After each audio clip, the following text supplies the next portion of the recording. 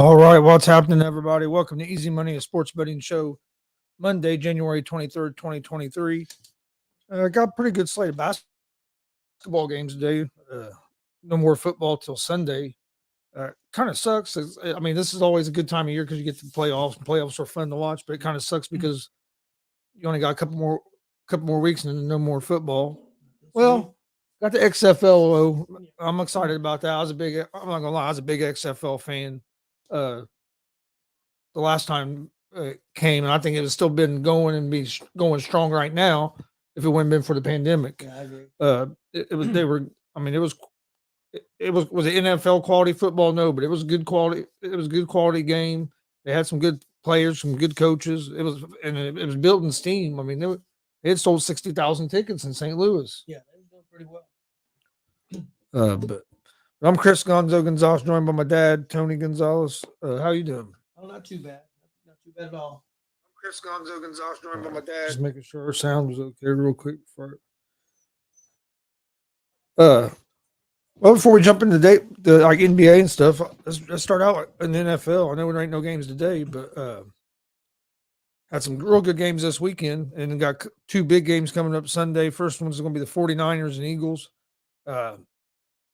It's hard to say which game's going to be better out of these two. Only reason I think the 49ers and the Eagles game might be better is because I'm worried about Patrick Mahomes' ankle.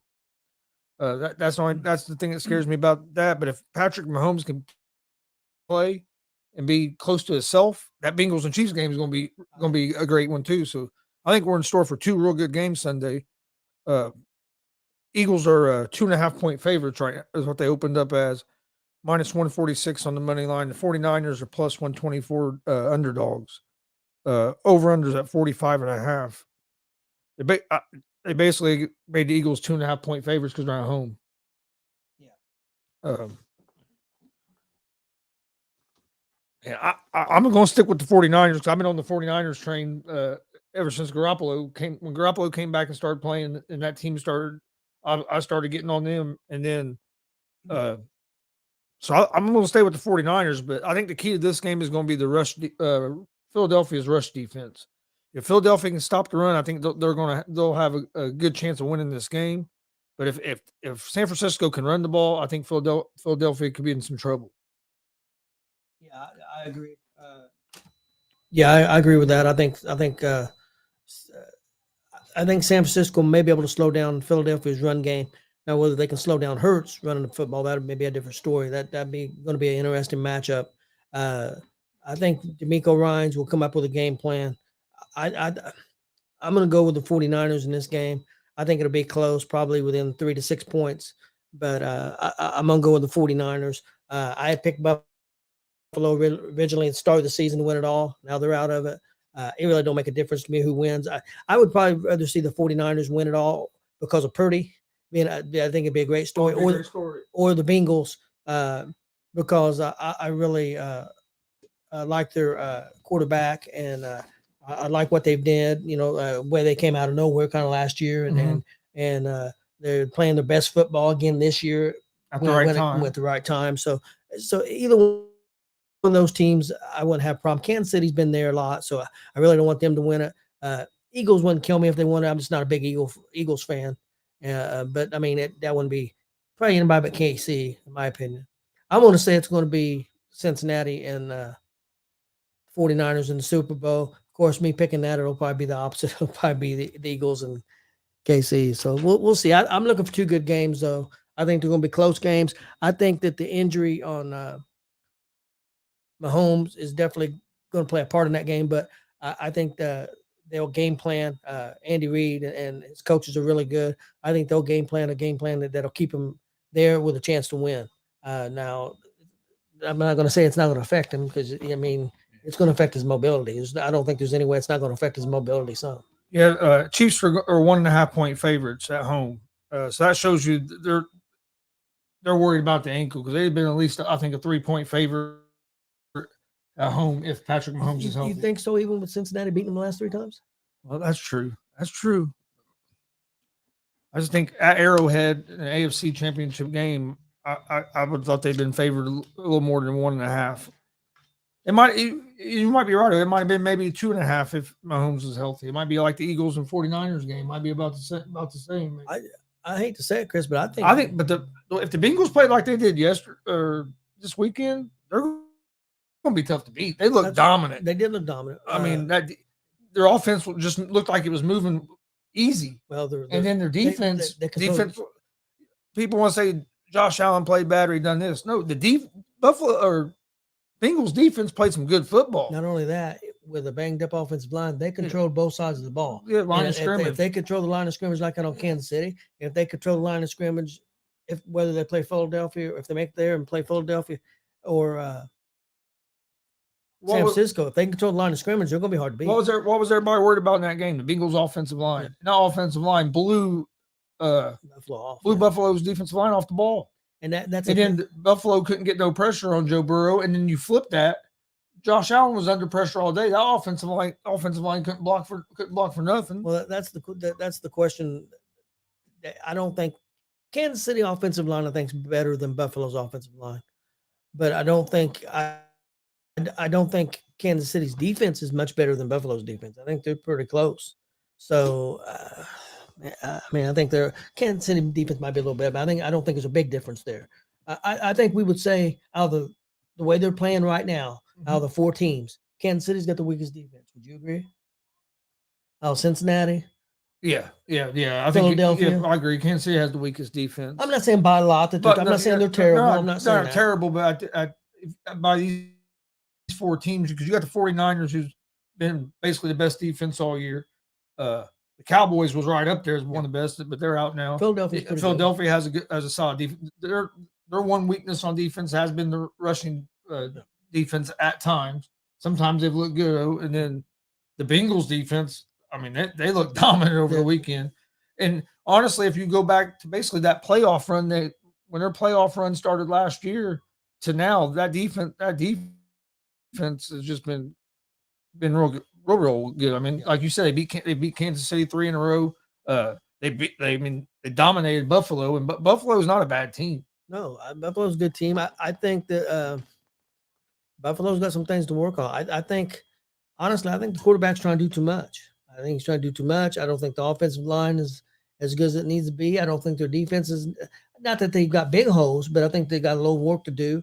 And I know you're not I think the running back is fine, but I think they need another back that can – a power back. Somebody a little bigger, a little stronger power back to add to that. One of their problems is they don't hand the ball off. I agree. People say, they can't run the ball. If you look, Singletary averaged almost 5 yards a carry this season. That's good. Yeah, but they're not doing it enough. They're trying to throw. They get pass happy, and all they want to do is throw the ball. They don't commit to trying to run the ball hardly at all. I was hoping you guys would get to it on your afternoon show. I was going to bring it up, but I didn't get the opportunity, and you guys got cut off or whatever happened. Yeah, we ended about 45 minutes early for some reason. We don't know what happened. But Diggs. What do you think about Diggs and that bullcrap? Yeah, it's going to be interesting to see what all happens, because he done something kind of like this in Minnesota, and that's when Minnesota decided to move on from him. I'm not saying the Bills are going to move on from him, but I mean, I'm glad the dude's got passion and stuff, but the problem is he's over yelling at his quarterback, and his quarterback, he's saying he's open. Yeah, you're open, but your quarterback's on the other side of the field getting pressured. I mean, getting hammered. You got to have opportunities to throw the ball. He was getting hammered. Yeah, was that yesterday or Saturday? Yesterday. And actually, the guy had been really good this year. Didn't step up. What's the name? Dropped a couple passes. Davis. Yeah, he didn't step up, and that hurt. They didn't make plays. They didn't make plays, and it's not all the quarterback's fault. But that's who gets the blame. We got some comments.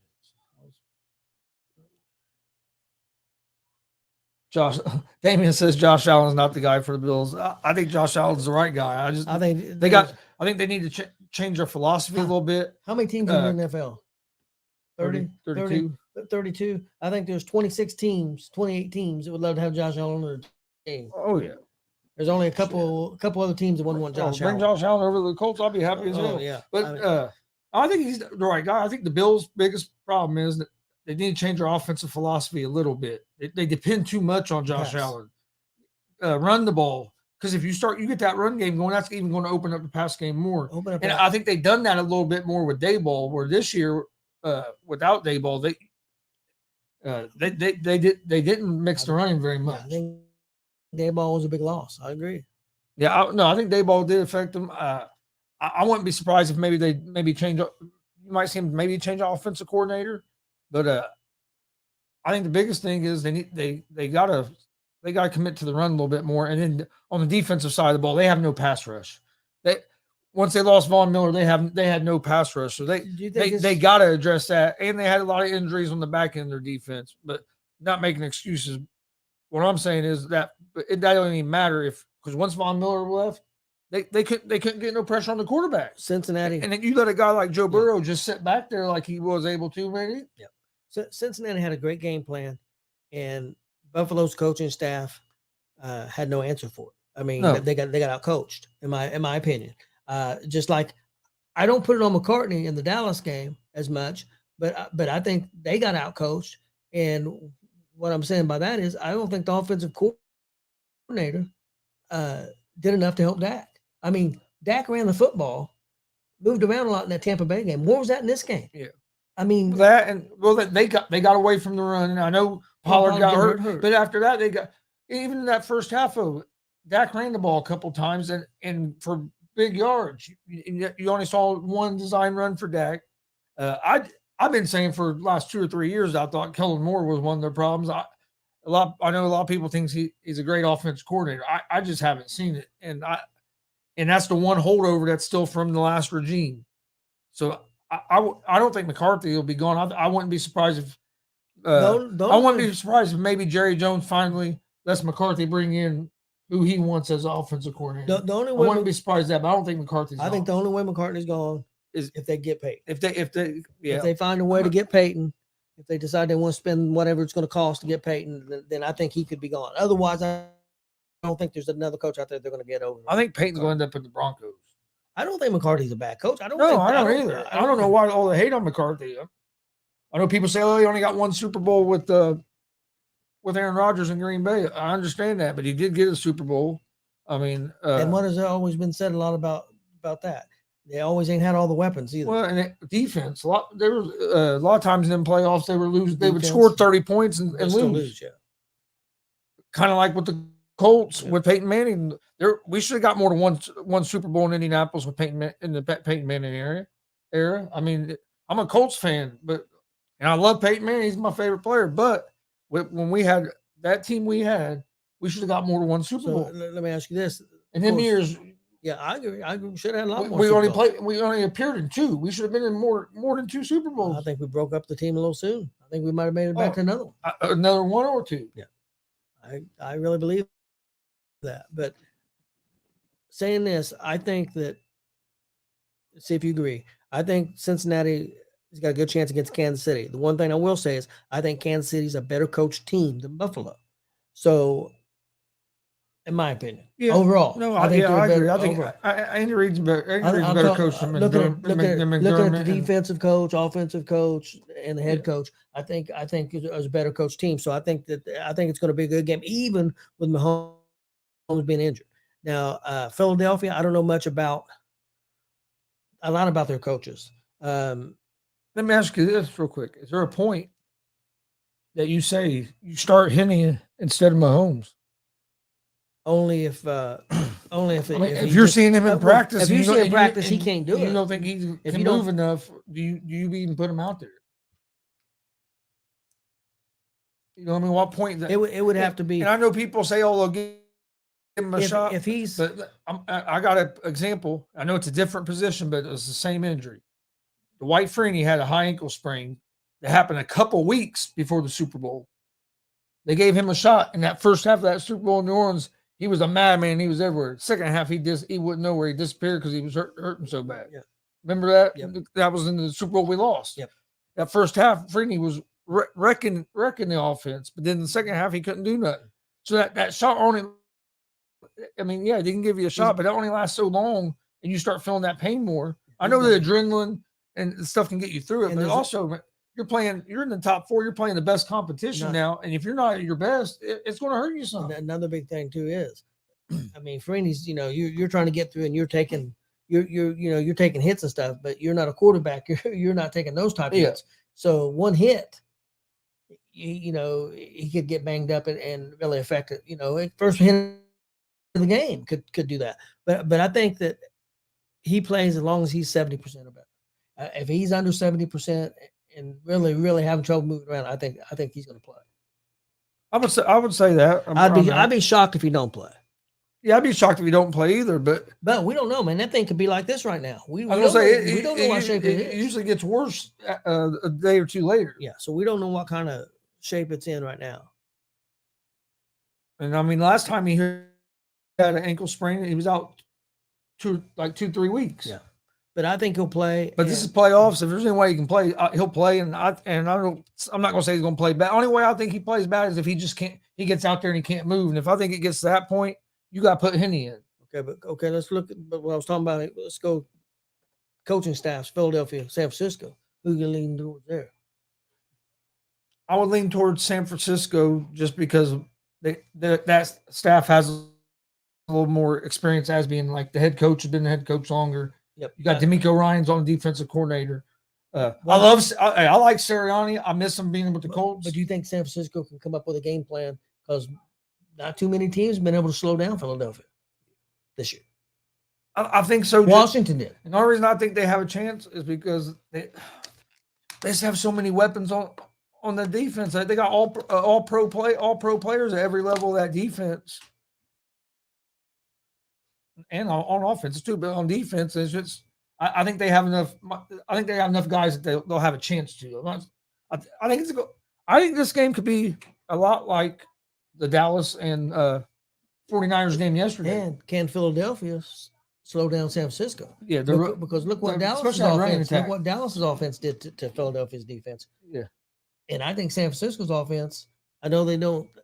Purdy's not a juggernaut, but as long as he don't make any turnovers, big mistakes. Well, and the thing, I said this earlier. The thing about Purdy is they're not winning despite of him. Like we've seen teams go on playoff runs when, like Trent Dilfer. Trent Dilfer he was just in there not to make a mistake. That defense was what they counted on winning. With Purdy, all the offensive numbers have went up since he's been playing. They've been scoring more points, so it's not like they're winning despite of him. Like he's making a lot of mistakes, but their defense is great, and that keeps them in the games. But Purdy's been able to make plays when he needs to. He made that big throw, and guy almost didn't catch it. Yeah, one-handed and bubbled up, but he caught it. And after that, they got on fire. That doesn't say that flipped that drive, and you end up getting that touchdown. And then I think it was done on purpose. I think Mitchell didn't hardly touch the ball the first half, and he pounded the ball the second half, particularly in the fourth quarter. And Dallas' defense started getting a little tired. Not that they didn't play a great game, they did, but they started getting a little tired because you've seen Mitchell ran the ball for about 10 times for about 5 yards per carry, about 55 yards. So I think that was a good game plan to wear them down. I don't trust any to save a dog drowning in the lake. So trust him to be a starter in a crucial game. I'm not saying that's who you want to start, but if Mahomes can't, if he can't function on that ankle, you're not going to have a choice. And Henne's one of the better backups in the league. Yeah, he's came in and played well for the Chiefs. Don't get me wrong. If the Chiefs are starting Henne against this Bengals team, I think the Chiefs are in trouble. It was a lot easier. Don't get me wrong, but Henne's better than a lot of the other backups in the league. Yeah, it was a lot easier for Mahomes to play in that game because of adrenaline.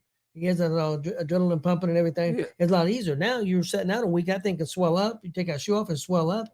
Who knows if he's even? Yes, that's what I'm saying. It's gonna be interesting. Right you don't know. And I hope he can play. And I hope he can play real good because I want to see that game. Two of the best quarterbacks in the league. What would you say? High ankle sprain. What would you say? Go percentage wise, would it be? I think they would be happy if he's 80%. Oh yeah.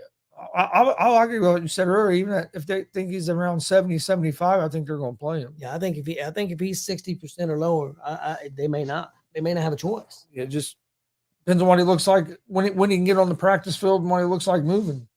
He's going to tell him he's going to play. I mean, he didn't even want to come out the little bit that he came out. He's a great player. There's no doubt about that. Great heart, great player. Oh, we got some good young talent quarterbacks right now with him and with Mahomes and Burrow and Allen. 'Cause I think Burrow is starting to make a case that he's the best in the league. Well, just like you said, people were slamming Daniel Jones for losing that game. That wasn't all Daniel Jones. The whole team got killed. Yeah. I mean, that wasn't Daniel Jones' fault. It went all. Daniel does make a couple mistakes, yes, but that wasn't all his fault. Damn. And everybody's talking about, Dayball coming in. And yeah, I agree.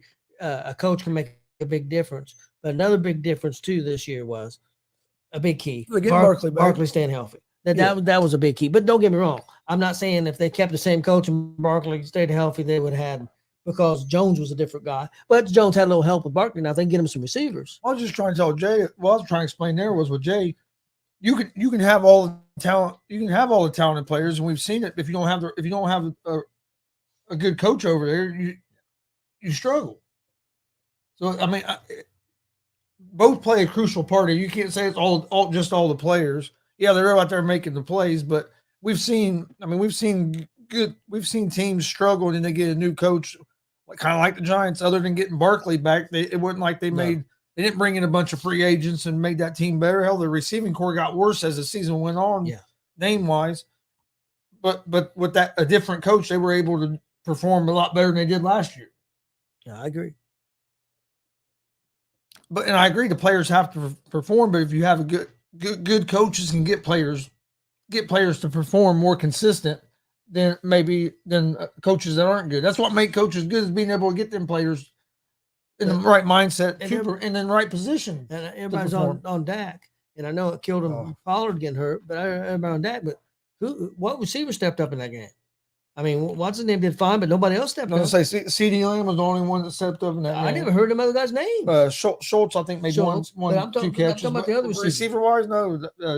CeeDee Lamb was really the only one that stepped up. Hilton had a first down catch, like one, and that was like the first play of the game. But I do think that's part of Dak's problem. He looks for what's his name all the time, so I think they need another weapon. And Hilton, I don't even think played very much. He was in there that first series, got a couple catches, I don't understand. And you never heard his name again. That don't make sense. I still don't know why the Colts didn't have Hilton on their team this year. That made no damn sense. But unless there's a personality conflict we don't know about, it'll be the only thing. But he's been on on the McAfee show and everything. Everybody seems like they like him. Yeah, I don't know.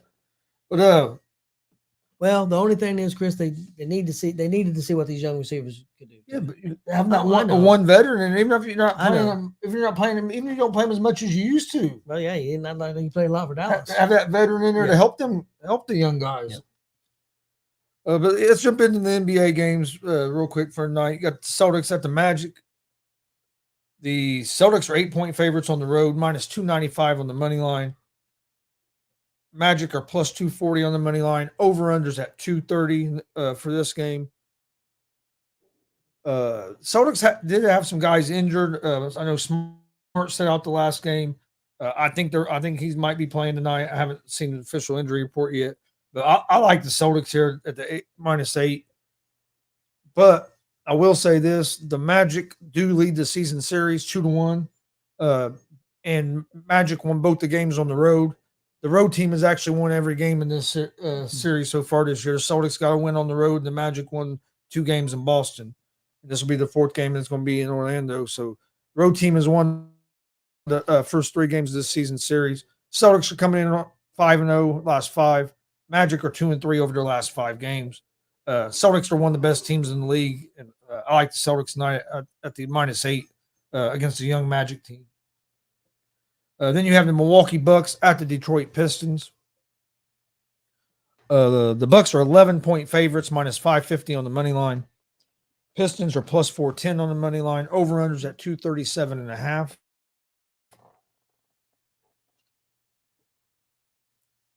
The Bucks, their last game, Ibaka set out, Giannis set out, Middleton set out. That was all on yesterday's injury report on the 22nd.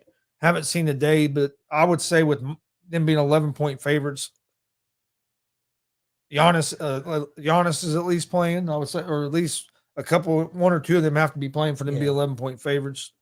I know Detroit's a young team, but still, with all them guys not playing, I don't think they would the number would be at 11. It's not a game I'm going to take on my picks I'm giving out today. Uh, Bucks win the game. I just don't know. I think 11 is probably a little too many points. And then you have the Timberwolves at the Rockets. Timberwolves are 5.5-point favorites, minus 205 on the money line. The Rockets are plus 172 on the money line. Over-unders at 234. I like the Timberwolves at the minus 5.5. The Rockets have really been struggling this season. They got a young team. I think they got some talent on that team. They're just still a couple years away in their rebuild. I like Minnesota at the minus 5.5 on the road. Next game, you got the Atlanta Hawks at the Chicago Bulls. This game's almost a pick 'em. Bulls are minus 112 on the money line. Hawks are minus 104 on the money line. Over-unders at 239. Bulls are a 1-point favorite. I think this is going to be a real good game. The Hawks have won 4 straight on the road, so they're looking for their 5th straight win on the road. These teams have split the season series. Both those games was in Atlanta. So the Bulls won 1 in Atlanta, and the Hawks won 1. This game is in Chicago. Chicago's 2-3 over their last 5. I think it's going to be a real good game. I'm going to go with the Bulls at home. Hawks have been on a road winning streak, but Bulls have been playing pretty good at home. I'm going to go with the Bulls at home at the minus 1. Plus, the last time I picked, I think it was the Nets and Bulls. I went against the Bulls and the Nets beat me, or Bulls beat me. But so I'm going to go with the Bulls on the money line against the Hawks. Then you have the Charlotte Hornets at the Jazz. Jazz are 8-point favorites. Minus 330 on the money line. The Hornets are plus 265 on the money line. Over under for this game is 240.5. I actually like the Hornets here. I think the Jazz win the game, but I think the Hornets cover the plus 8. I think 8 points is too many. Jazz are just have not been consistent. They started off the season looking pretty good, and they've kind of cooled off. The Hornets team can score some points, so I think this will be a close game. So I'm gonna go. I like the Hornets at the plus 8. And then you have the Spurs against the Trailblazers. Portland is an 8.5-point favorite, minus 360 on the money line.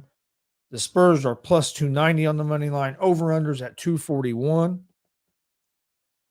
I favor Portland in this game. I think 8.5 points is too many points for me. But I do kind of like the under the 241 in this game. I think with the defenses, I can see this being a lower scoring game. I don't think both teams will be in the 120s in this game. And then the last game, you got the Grizzlies at the Kings. I think this has the potential to be another real good game tonight. The Grizzlies are 1.5-point favorites on the road, minus 122 on the money line. The Kings are plus 104 on the money line. Over-unders at 246.5. I like the Kings here at home. You're getting them at plus money on the money line. They've been playing like one of the best teams in the West. Sabonis looks like he's going to be an all-star starter. He's been playing real well. They've been getting this Kings team has really been playing some good basketball. Grizzlies are a good team, but they have been struggling over the last 2 or 3 games. I think they've lost their last 2 after that Shannon Sharp incident the other night with the Lakers. I think they've lost like their last 2 or 3. So I think the Kings are coming in a little bit hotter. They're at home. I like the Kings on the money line. Let me ask you a question. I know it's been a good trade for both teams because you got Halliburton and everything. What if the Pacers could have got a Halliburton and could have kept Sabonis? You're saying they could have traded like Turner instead of Sabonis? Yeah. What do you think of that? Oh, I think we'd be real good. Think it'd be better. I mean, Turner's playing great. I think we'd be a little bit better just because Sabonis is a little more physical, better scorer, and he's also a better rebounder. Not near as good, not defensive on blocks and stuff, but a better rebounder. But I don't know if Sacramento would make that trade Halliburton for Myers. Yeah. I'm just saying. If I ain't gonna lie, I miss Sabonis. I was a big Sabonis fan, but Halliburton. I mean, I think the trades worked out good for both sides. Yeah, I agree. Yeah, I'm not saying it hadn't.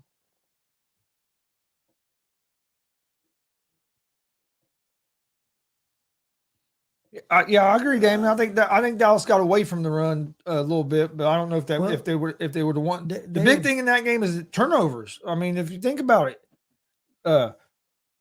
you threw the one interception. You was in the red zone where you were going to get points. Like you gave them 3 and took away at least. Well, if your kicker it's at least 3 for you. Yeah. And then the other interception, they also got 3 points off of. Yeah. So you take them turnovers. Even if you just take that one away in the red zone, that might have been the difference in the game. Take 3 away from San Francisco.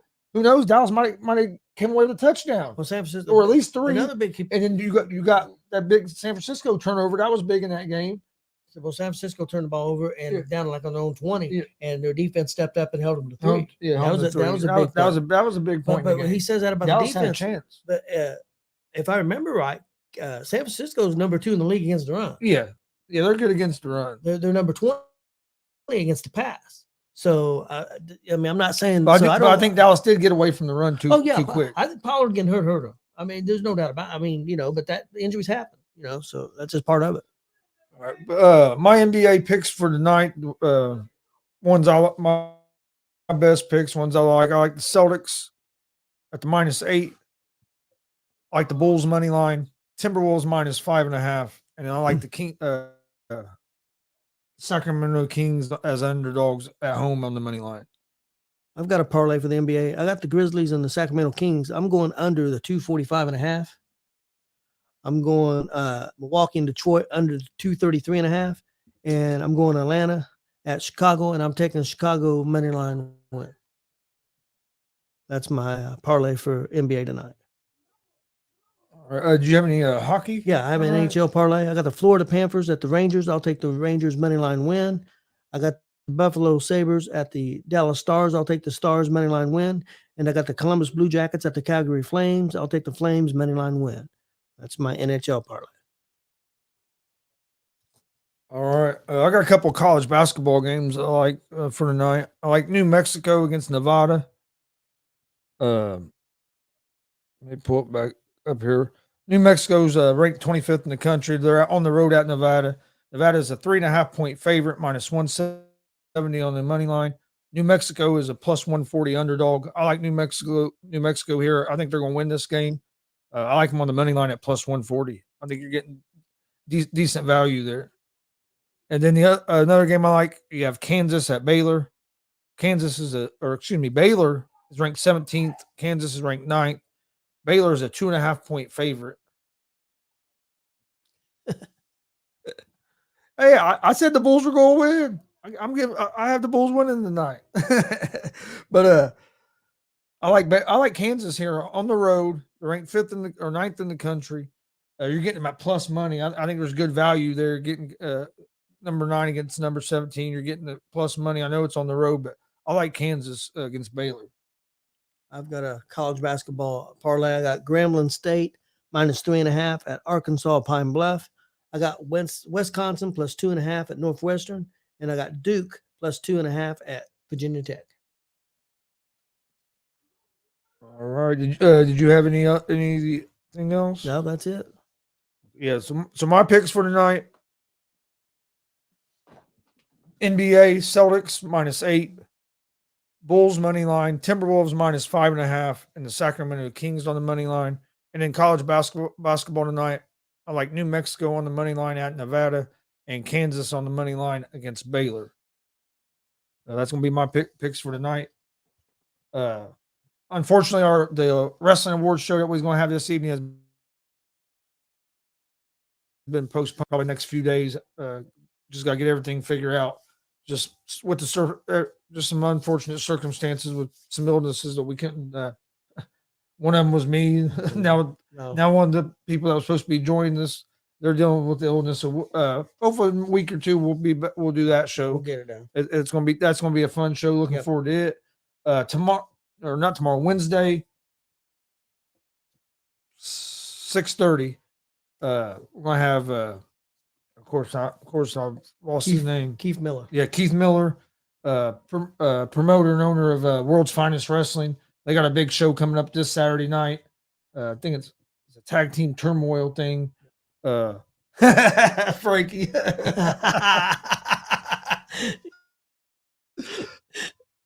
You owe me that, Frankie. I can't say a word.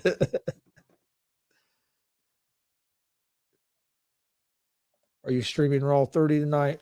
No, we're going to. I think we're just going to watch it and enjoy it. But Saturday night, Royal Rumble, we're going to be streaming that. We're actually going to do a joint thing with the unscripted, so you'll be able. We'll be on the unscripted pages. We'll be on the Gonzo Sports Room channels, ASAP channels. So we're going to be doing that Saturday night for the Royal Rumble. We are going to try to start getting back to doing more of the watch alongs. We really enjoy doing them, but sometimes with our independent wrestling schedule, it makes it hard. Frankie, yeah, baby, I'm ready for the Royal Rumble. I am too. It's always been one of my favorite pay-per-views. I mean, everybody loves WrestleMania, but Royal Rumble's always been the one that I really. The thing about this year, I have no idea who they might have win either one of them. Huh. Yeah, I mean, really, I mean, there's so many options that they could go with. I don't think there's a clean cut. A lot of people think Cody Rhodes, but I don't know. It's going to be interesting. That's what Frankie said, Cody. Yeah, I mean, I think it could be Cody. But I'm interested to see that. I meant to take my sweatshirt off. Yeah. I'm interested to see the Sami Zayn trial. The trial of Sami Zayn. Yeah, I'm looking forward to. I'm looking to see who's all going to be there. I got the Sami Zayn on there. He shirt on today. I'll admit to have my sweatshirt on me. I'm ready to see what happens tonight with Sammy. I think he's one of the best things going right now. He's hilarious. Who wins the women's Royal Rumble? Personally, I think it should be Rhea Ripley. I think it's the best. I think it's the best women thing they got going, but I don't know. Yeah, I do. I think so too, Frankie. I hate that our award show got canceled because I was really looking forward to doing that award show, but it kind of worked out because now we'll be able to watch the because that show was going to run in the Raw. There's no way we were going to be done by 8 with me saying we're going to start at 7. You want to tonight after it's over? If you want to come on 11, we can talk about it. Well, we might do that because I don't know what's going on with the judge that. So yeah, we might do that tonight. That's actually something we could start doing. We'll talk about that. Yeah. That gave me an idea too. At least I hope to God Vince don't show up in the Rumble. That would be hilarious if he came out like at number 28 or something. I would crack up laughing. Does Vince show up tonight? He might be 30-year anniversary Raw. I mean, Frankie says Ripley or Bliss. I think Ripley. I don't think it'll be Bliss. I'd like to see Ripley win it. I like her. I like her. I think they've got Bliss in a storyline. And that shit they're doing. I think that shit they're doing with Dominic Mysterio is great. It's been funny. Yeah, it's been awesome. You can't deal with the people I dealt with in the pit. When he says all that shit, it cracks me up. But so we're doing that Saturday night.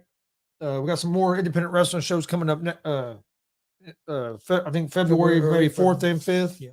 I'm gonna actually work on the 4th today, getting that one in stone. I know we'll be on the 5th. Yep. Unfortunately, we missed 2 this weekend. Can't wait to get back to Warrior Pro and WCWO. Yep. Love going to both them promotions. Suck being sick and not getting to go. And also high school wrestling meet there. And I really enjoy doing that central meet. Hopefully that's something we can start doing more of. Going to try to get that set up next year for the high school wrestling season. See if we can maybe stream more meets. You think the Judgment Day win the titles tonight? The Raw titles? I'm wondering. I was thinking that they might. It's gonna be interesting. I think tonight's going to be real good because they're going to bring back a lot. You're going to see a lot of different people. Well, the rumor is now that they've known for a while The Rock's not going to be there for WrestleMania. His schedule didn't line up. That's what they're saying. Of course, they could be putting that out there to throw people off. You don't know for sure. Because in this day and age, you can't hardly keep nothing fucking secret. So you don't know. You don't know for sure anything. It's true, but yeah, I don't know. I mean, there's a lot of different ways they could go. I mean, you could have. I mean, I think a lot of people would like to see Rollins and Roman in the ring. Of course, you got Sammy. You can stretch out Owens. There's a lot of different directions. Of course, Cody. Big story there. I mean, there's a lot of different ways you can go. Yeah. But I know we appreciate everybody joining us today. And that might be something I know we've been talking about getting our wrestling show going again. So that might be a good idea.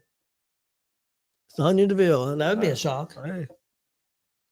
Hey, that's what the fun thing. You never know. Oh, one thing before we do get out of here, I did want to plug, especially since we started talking a little bit of wrestling. I was actually going to plug it tonight on the award show when it got postponed.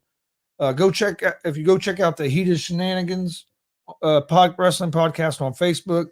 They're doing a Royal Rumble thing where you get a number and you can win. They got a Sting autograph. Was Kevin Nash one? I think Kevin Nash and another. There's three different autographs they're giving away. The 1-2 are on the Royal Rumble. The Sting one, I forget exactly what they're doing. They're doing like a kind of a raffle thing, but you have to go to their Facebook page. It gives you instructions of what to do to enter. You can enter. Started today, like a couple hours ago, until I think I wanted to say maybe Thursday or Friday. I'm not 100% sure, but go check them out. He did Shenanigans podcast on Facebook. Like I said, there you have chances where you can win some pretty cool autographed merchandise. And they have some. If you're a wrestling fan, they do have a lot of good wrestling some interviews over there. So go check them out. Again, that's Heated Shenanigans podcast. Yeah, Frankie or Damon, if you're still out there, you guys got a prediction of maybe a surprise entrant in the Royal Rumble? I have one. Mine is, and I could be completely off base here, but I'm putting it out there. Great Muta. That would be cool. I think with the WWE having Nakamura go over there, I think maybe Muta would come over here for the Royal Rumble. So that'd be cool. I think it'd be awesome. So I don't know if any of them guys are still out there who. You got anybody that maybe could be a surprise? I'm gonna say Pat McAfee. That's a possibility. This college game day stuff's over, so I could see him making a return to WWE. What about Corey Graves? Jumping in there. So I can see McAfee making a return to WWE here real soon, and so who knows? They might do something that way. A lot of people thought Booker T, but he's saying no. He said he's not doing it. What about Bully Ray? I know Bully Ray was asked to be there tonight. I don't, to my knowledge, he's not doing it, but I know he was asked to be there tonight. I wonder if he's not doing it because he didn't want to, or if he already had something going on. Well, I know he was at a TV taping for Impact this weekend. So he might just not fit into his schedule. Damien says Bad Bunny. That's a possibility because I know they've been wanting to get him back. What about the other dude that wrestled Roman? Won the Pauls? Yeah. Logan Paul or his brother Jake? Yeah, I would think Logan maybe if he's healthy enough. Yeah, because I think Jake's getting ready to fight an MMA fight now. Yeah. I'm interested. I'm kind of interested in that. Damon says Jake Paul and Logan Paul. But yeah, we thank everybody for watching. We might do a wrestling show tonight. I have to get old, like I said, the judge and figure that out. But thanks for joining us. We'll see you guys tomorrow at 3 p.m. Eastern with another episode of Easy Money, a sports betting show. Please hit that subscribe button on YouTube, like and follow on Facebook, Twitch, Twitter, Instagram, all at Gonzo Sports Room and at the All Sports All Plays Network. Also check out Unscripted, 7 p.m. Eastern, Tuesdays, Thursdays. You can find out on the Unscripted channels or ASAP All Sports All Plays Network as well. But we appreciate everybody joining us. We will see you guys tomorrow for another episode of Easy Money, a sports betting show.